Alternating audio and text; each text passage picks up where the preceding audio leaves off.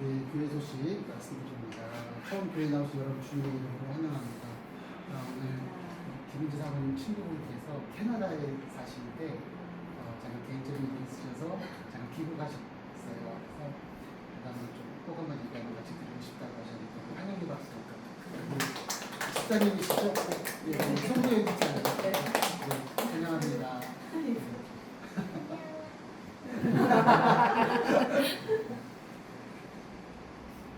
날씨가 많이 덥습니다. 그래서 오늘 저랑을 위해서 많이 힘들어 고통받고 있는 분들이 많으신데 여러분 건강 조심하시고 요새 감기가 또 유행이라고 해요.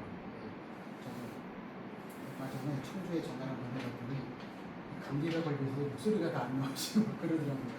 여름 감기가 참 무섭다고 합니다. 감기 걸리죠. 항상 잘 보시기 바라고요. 우리 하나님 말씀 보겠습니다. 야고보서 4장 11절로 12절입니다. 우리 두 구절이니까요. 우리 같이 함께 읽도록 하겠습니다. 네, 앞에 모니터에도 나오는데 좀 잘 보이시나요? 네.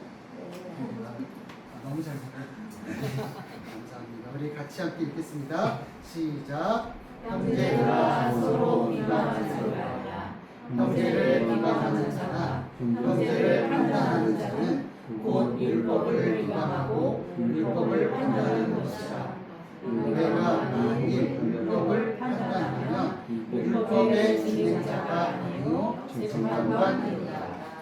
입법자와 재판관은 오직 한 분이시니 능히 구원하기도 하시며 멸하기도 하시느니라. 너는 누구이기에 이웃을 판단하느냐. 아멘.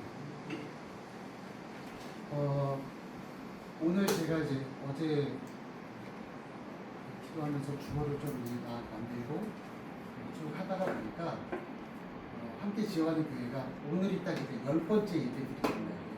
네, 벌써 이제 10번 예배 드렸더라고요. 5월 24일날 첫 예배 드리고 그래서 이제 7월 26일날 날짜를 쭉 세워보니까 10권이 됐어요. 주보가. 그래서 하나님이 그 10주 동안 이렇게 또 지켜주셨구나. 참 생각해보면 한 주 한 주 예배 드리는 것이 참 은혜고 기적이지 않나요? 저는 좀 그렇게 생각해요. 하나님이 붙잡아 주시지 않으면 참 예배하기가 어려운 시대를 우리가 살아가고 있지 않나 싶습니다. 네, 그래도 우리가 정말 하나님이 인도하신 가운데 벌써 10주가 되어서 10번째 예배를 드리고 이따가 서로들 많이 축하해 주십시오. 우리가 벌써 10주가 되었어요. 그래서 이 모든 것이 다 하나님의 은혜고 하나님의 이끄심이고 우리가 또 다시 한번 고백하게 됩니다. 사랑하는 여러분, 오늘 본문은요 저희가 이때까지 쭉 말씀을 보았을 때 좀 많이 길었죠. 10절, 12절, 13절 이렇게 계속되는데 오늘은 두 구절 말씀이에요. 두 절밖에 되지 않지만 우리의 그 일상적인 이 언어 생활을 다시 한번 다룰 수 있는 참 매우 예리한 말씀이기도 합니다. 야고보는 이미 3장에서 이 말에 대해서, 혀에 대해서 한번 이야기를 했죠. 이 3장에 보면 이 세상의 이 불의의 이 세계라, 여러분 이 세상이 참 불의의 세계래요. 왜냐하면 혀는 우리 지체 중에 온 몸을 더럽히고 있기 때문이라는 거예요. 여러분 사람이 더러운 것은요 지저분해서 때가 묻어서 더러운 것이 아니라 우리의 혀로 인해서 온 몸을 스스로 더럽히고 있다는 거예요. 이것이 야고보서 3장 6절에서 말씀해 주고 있습니다. 그 말씀을 하고 나서 4장에서 11절 12절은 다시 한번 우리의 말, 특히 형제를 향한 비방과 비판의 문제로 돌아오게 됩니다. 여러분 우리가 대화를 하다 보면 참 재미있는 이 대화가 있는데 어떤 대화냐면 남을 칭찬해주는 말이 재밌을까요? 남을 우리가 흔히 말하는 뒤에서 욕하고 남을 막 이렇게 비판하는 그 얘기가 재밌을까요?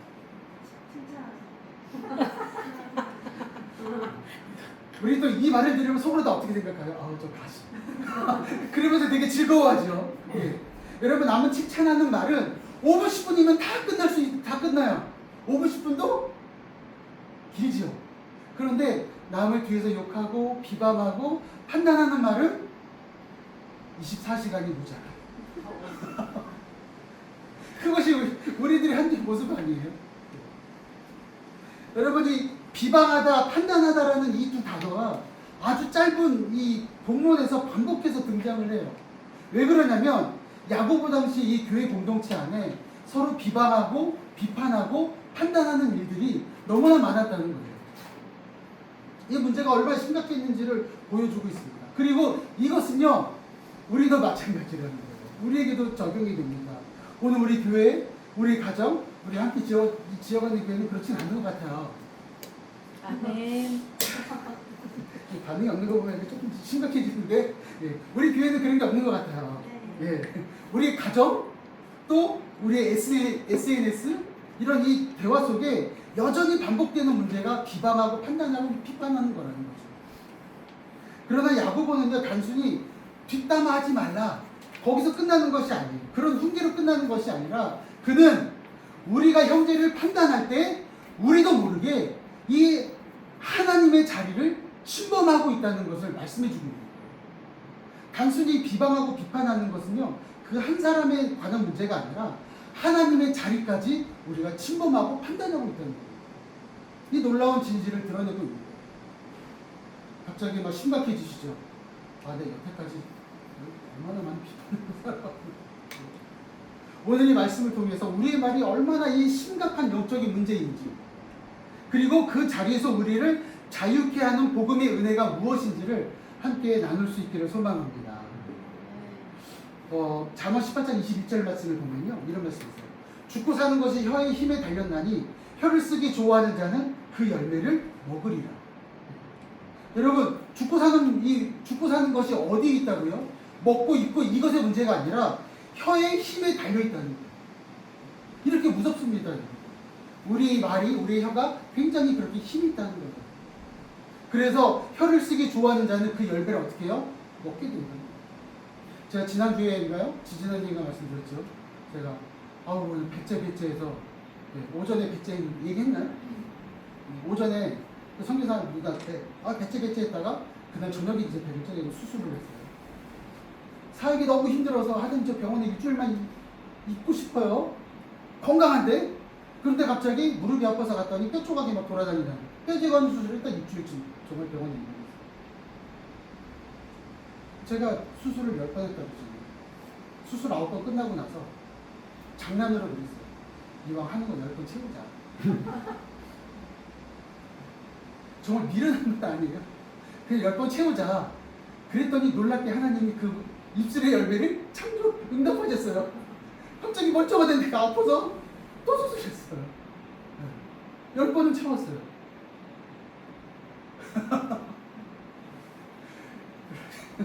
이렇게 여러분, 우리의 말이 힘이 있다. 여러분, 형제를 비방하지 않기 위해서는 어떻게 될까요? 첫 번째, 형제를 비방하는 것은 율법을 판단한다라고 말씀해주고 있습니다. 우리 11절 말씀 같이 한번 읽어볼까요? 11절 시작. 형제들아 서로 비방하지 말라. 형제를 비방하는 자나 형제를 판단하는 자는 곧 율법을 비방하고 율법을 판단하는 것이라. 내가 만일 율법을 판단하면 율법의 준행자가 아니요 재판관이로다. 여러분, 여기서 야고보는 참 놀라운 이 논리를 전개합니다. 형제를 비방하는 것이 단순히 그냥 그 사람에게 상처를 주는 대인관계 문제가 아니라 곧 율법을 비방하는 것이다. 하나님의 말씀을 비방한다는 거예요.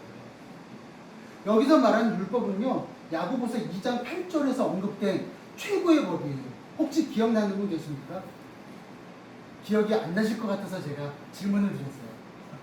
야고보서 2장 8절에 이 최고의 법이 무엇이냐면 내 이웃을 내 자신과 같이 사랑하라라는 법이에요. 우리가 형제를 비방할 때 우리는 이 사랑의 법을 어기는 것이라는 거죠. 근데 또 그것을 넘어서 그 법 자체를 판단하는 자리에 서게 된다는 거예요. 즉, 이 법은 나에겐 적용되지 않아. 내가 비판하고 판단하지만 이 법은 나에게 적용되지 않아. 판단을 받는 사람의 문제야. 이렇게 생각을 해요. 또 이 경우는 예외다. 이렇게 스스로 결정하는 거예요. 우리 스스로. 그래서 나는 하나님의 말씀을 어기지 않고 잘 살고 있어. 우리 스스로 그렇게 인정을 한다는 겁니다. 우리 야고보서 2장 8절 말씀 다시 한번 좀 읽어볼까요? 화면에 나옵니다. 시작. 너희가 만일 성경에 기록된 대로 내 이웃 사랑하기를 내 자신같이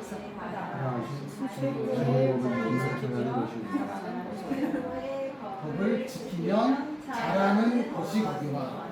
제가 좀 합주되어 해서 원고에는 그렇게 돼 있어갖고, 여기 보면 너희가 만일 성경에 기록된 대로 내 이웃 사랑하기를 내 몸과 같이 하라 하신 최고의 법을 지키는 것이면 잘하는 거라는 거예요. 여러분, 그리스도인들이 하나님의 말씀을 지키는 이 잘하는 것이 뭐라고요? 내 이웃을 내 몸과 같이 사랑하라는 거예요. 우리 한번 옆에 분들 보세요. 정말 내 몸과 같이 사랑할 수 있습니까? 네. 네. 우리 시온이는 오빠는 좀 그렇게 하기에 좀 아직 어색해, 그렇죠?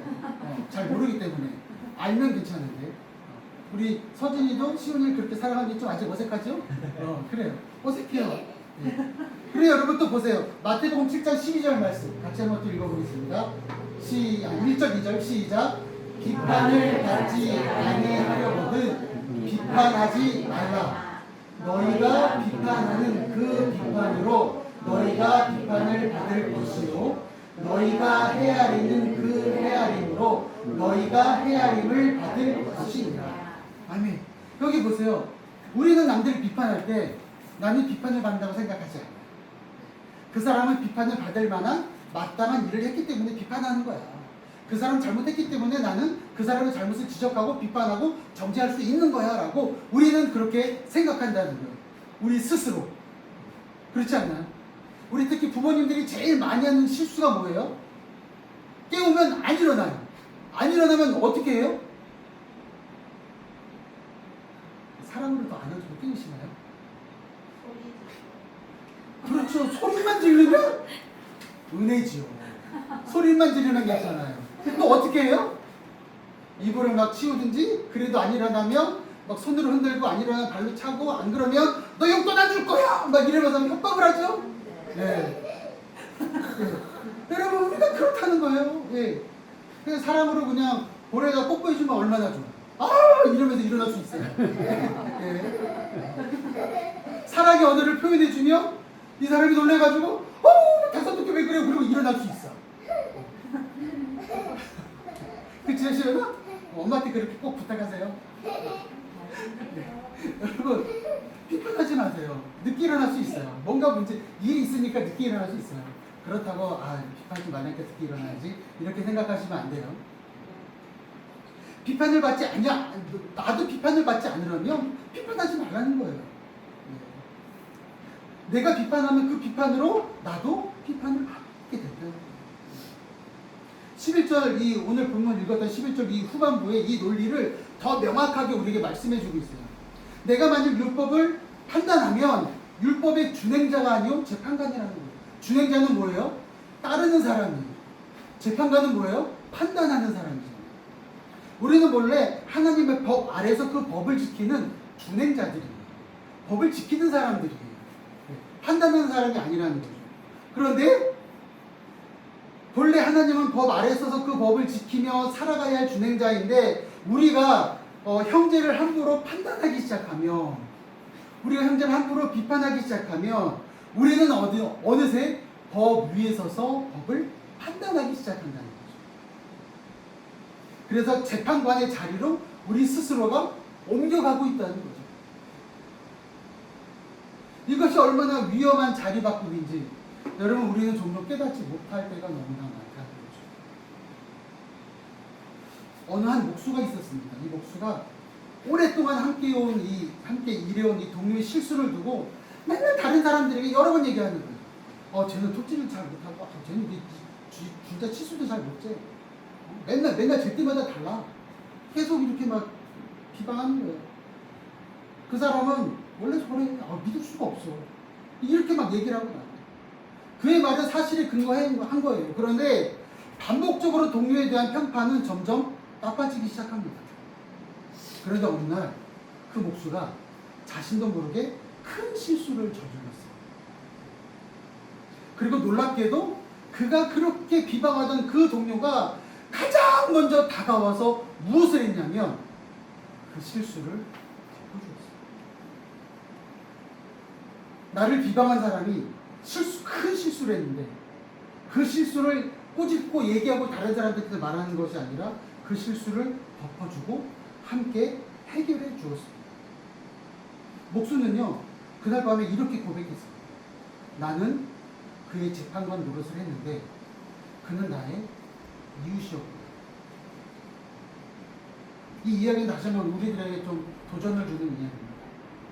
우리는 형제 자매의 약점을 재판석의 이 약점 앞에서 재판석에 앉으려고 하지 않습니다. 넌 이게 잘못됐고 이걸 못하고 이래. 그러니까 이렇게 해야 돼. 이렇게 우리가 재판관의 자리에 앉지 않습니다. 아니면 그의 곁에 있으려고 하십니까? 야고보의 이 말씀처럼 우리는 재판관이 아닙니다. 우리는 법을 지키는 준행자예요. 법을 지키는 사람으로 살아가는, 법을 지키며 사람으로 살아가는 준행자로 부름을 받은 게 우리들이라는 거죠.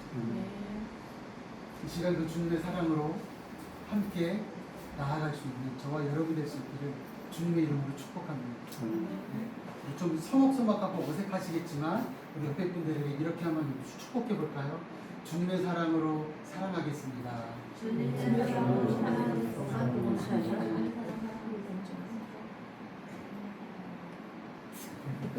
우리 두 번째, 은지 사모님 저기 사무실에 네. 자켓이 있는데 좀 바꿔주면 좋을 것 아, 근데 이게 추워요? 네. 두 번째, 형제를 비방하지 않기 위해서 어떻게 해야 되는가?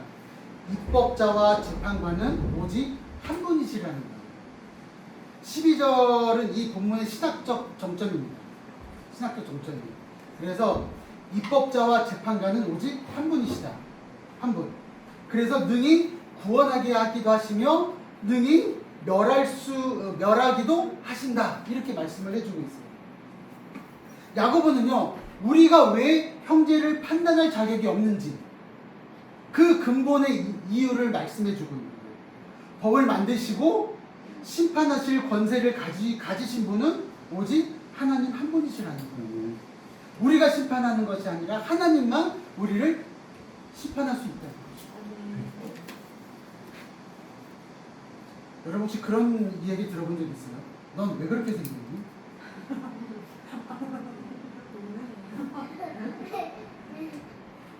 한 번도 못 들어보셨어요? 되게 신사적인 삶을 사셨군요. 저는 학교 다닐 때 그런 얘기를 종종 들었습니다. 넌 도대체 왜 그렇게 생겼니? 네. 그래서 제가 뭐라고 대답했는지 아세요? 저도 몰라요. 저도 모르죠. 제가 왜 이렇게 생겼는지 저도 몰라요. 네.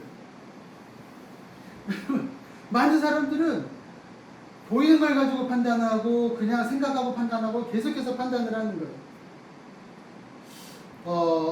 입법자라는 말이 이 헬라어 원에 보니까 노모테테스라는 말이 있어요. 이 단어는 신약 성경에서 오직 이 야고보서 4장 12절에서만 나와요. 이 노모테테스는 법을 만드는 권세와 그 법으로 심판하는 권세는 동일한 한 분, 곧 하나님께만 있다라는 뜻이에요. 법을 만드시고 심판하는 이 권세를 가지고 있는 분은 하나님 한 분이시다. 그래서 우리는 법을 만들지도 최종적으로 심판하지도 못하는 피조물이라는 거예요. 주목할 것은요, 하나님이요 어떻게 해요? 능히 구원하시기도 하며 또 멸하기도 하시는 분이라는 사실입니다. 이것은 단순히 하나님의 능력을 말하는 것이 아니라 우리가 형제를 판단할 때 마치 우리가 그의 영원한 운명을 결정할 수 있는 것처럼 행동하고 있다는 경고예요. 여러분 우리가 종종 그런 이 실수를 많이 해요. 어떤 실수 많이 하냐면 아이들에게 내가 이러한 충고를 해주면 이 아이는 그 충고를 듣고 올바른 길로 갈 거야.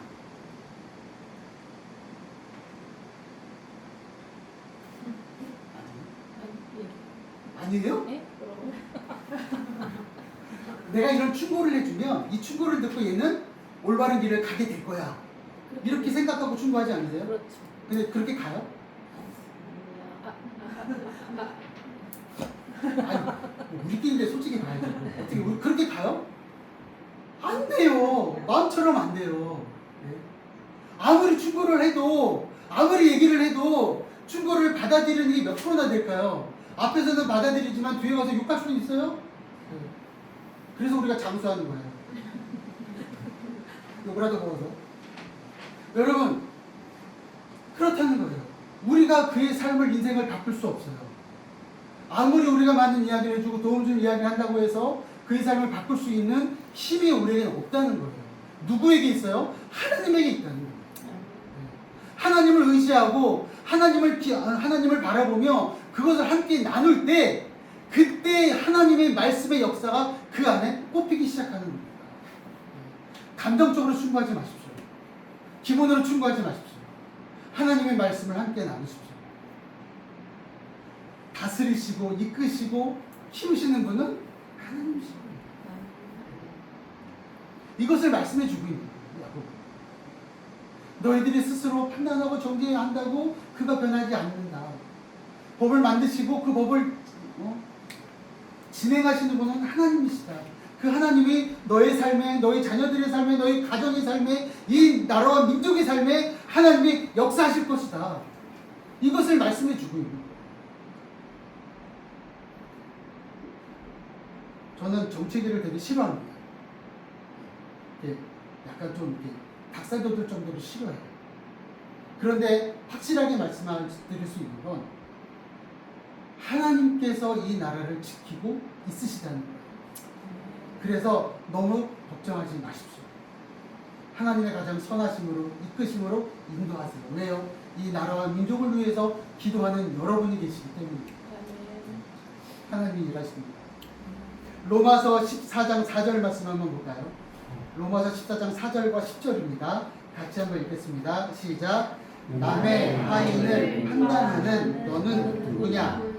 그가 서 있는 것이나 넘어진 것이 자기 주인에게 있음에 그가 세움을 받으리니 이는 그를 세우시는 권능이 주께 있습니다.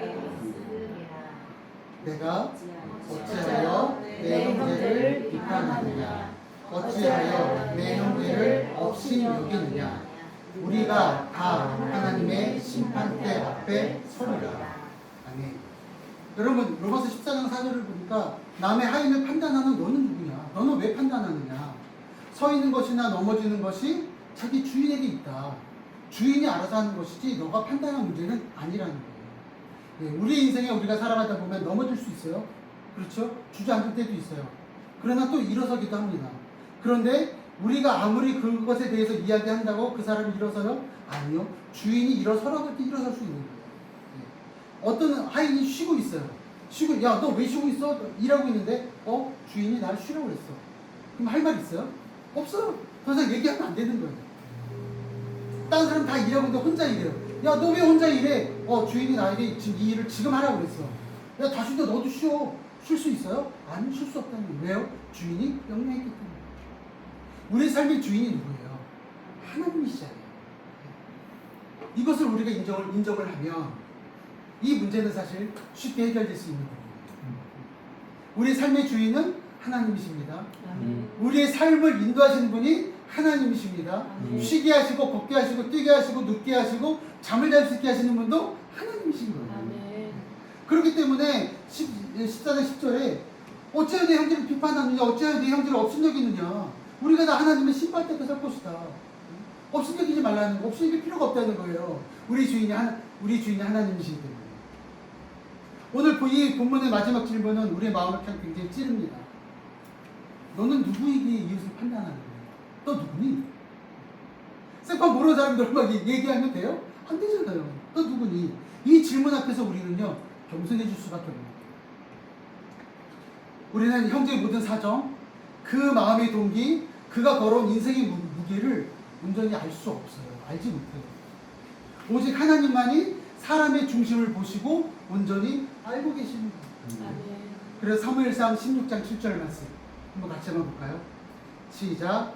여호와께서 사무엘에게 이르시되 그의 몸과 키를 보지 마라. 내가 이미 그를 버려놓으라.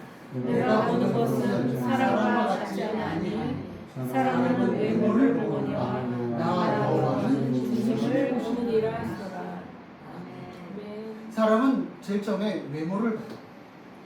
그러나 하나님은 외모를 보시는 것이 아니에요. 우리의 중심을 보십니다. 우리의 마음이 있다. 우리의 삶의 첫 번째 자리가 어디에 있는지, 하나님에게 있는지, 사람에게 있는지, 아니면 세상에 있는지, 이것을 하나님이 보신다. 고린도전서 4장 5절 말씀 한 번 더 보겠습니다. 고린도전서 4장 5절입니다. 시작. 그러므로 때가 이르기 전 곧 주께서 오시기까지 아무것도 판단하지 말라. 그가 어두움에 갇힌 것을 드러내고 마음의 뜻을 나타내시니 그때에 각 사람에게 하나님으로부터 칭찬이 있으리라. 아멘. 여러분, 언제까지 판단하지 말라고요? 주께서 오시기까지. 주께서 오시기까지. 그럼 판단은 언제부터 할 수 있어요? 주께서 오시면. 주께서 오시면. 근데 판단을 하게 될까요? 주님이 오셨는데 판단할 필요 없어요. 그러니까 여러분, 주님 오실 때까지 판단하지 마십시오. 네. 주님 오실 때까지 그 사람에 대해서 비판하고 비방하지 마십시오. 네. 어둠에 갇힌 것을 드러내고 그 마음의 뜻을 하나님이 주께서 다 나타내신다는 거예요. 하나님이 다 심판하시겠다는 거예요. 하나님이 다 결론을 내리시겠다는 거예요. 그러니까 너희들은 결론 내리지 마. 이거를 우리에게 말씀해 주고 있는 거예요. 여러분, 우리 삶이 참 편하지 않을까요? 네. 비방하지 않으면 참 편할 것 같아요. 판단하지 않으면 되게 편할 것 같지 않으세요? 여태까지 해온 게 있어서 좀 쉽진 않을 거예요. 네. 그런데 어느 순간 판단하지 않으면 어느 순간 나도 판단을 받지 않게 되고 판단할 것이 없어져요. 네. 그러면 너무나 좋지 않을까요? 그래서 여러분들이 이렇게 살 수 있기를 축복합니다. 네. 한 권사님이 오랫동안 교회 안에서 여러 성도들의 삶을 두고 조용히 평가하는 습관이 있어요. 저는 어떤 권사님들 만나면 새벽 예배 때마다 제일 뒤에 그 자리가 있어요. 그래서 누가 나왔는지 안 나왔는지 꼭 체크하시는 분들도 있어요. 네. 오늘 안 나왔네. 그럼 이제 전화하시는 거죠. 왜 오늘 새벽 예배 맨날 나왔다 오늘은 왜 안 나왔어? 막 이러는 분들도 계세요. 예. 참 교회는 그런 분들이 있어요. 좀 재밌어요. 교회 안에 여러 성도들의 삶을 두고 조용히 평가하는 습관이 있었어요. 저 사람은 믿음이 앞에서 전해요. 저 집사님은 항상 저런 식이야. 그녀는 그것이 신앙적 분별이라고 생각하고 그렇게 살아가고 있어요. 그러다 어느 날 자신이 오랫동안 판단했던 한 성도가 개인적으로 얼마나 힘든 일이 있었는지, 그리고 그 가정 힘든 사로 씨름을 하고 있는지를 우연히 알게 됐어요. 그 순간에 그 권사님이 큰 부끄러움을 느끼기 시작했다는 거예요. 나는 그의 겉모습만 보고 뿌리는 보지 못했구나. 그냥 열매만 보고 가지와 나무와 잎사귀와 꽃과 뿌리를 보지 못하고 그냥 그렇게 판단하고 살았구나. 그날 이후로 그 권사님의 이 기도 중에 이렇게 고백했다고 그래요. 주님, 저는 재판장이 아니었는데 재판장이 옷을 입고 살았습니다. 그 옷을 벗겨 주옵소서. 여러분, 이것이 야고보가 우리에게 요청하는 회개라는 거예요. 하나님의 자리에서 내려와서 이제 사랑으로 형제를 바라보는 이웃의 자리로 돌아가는 것.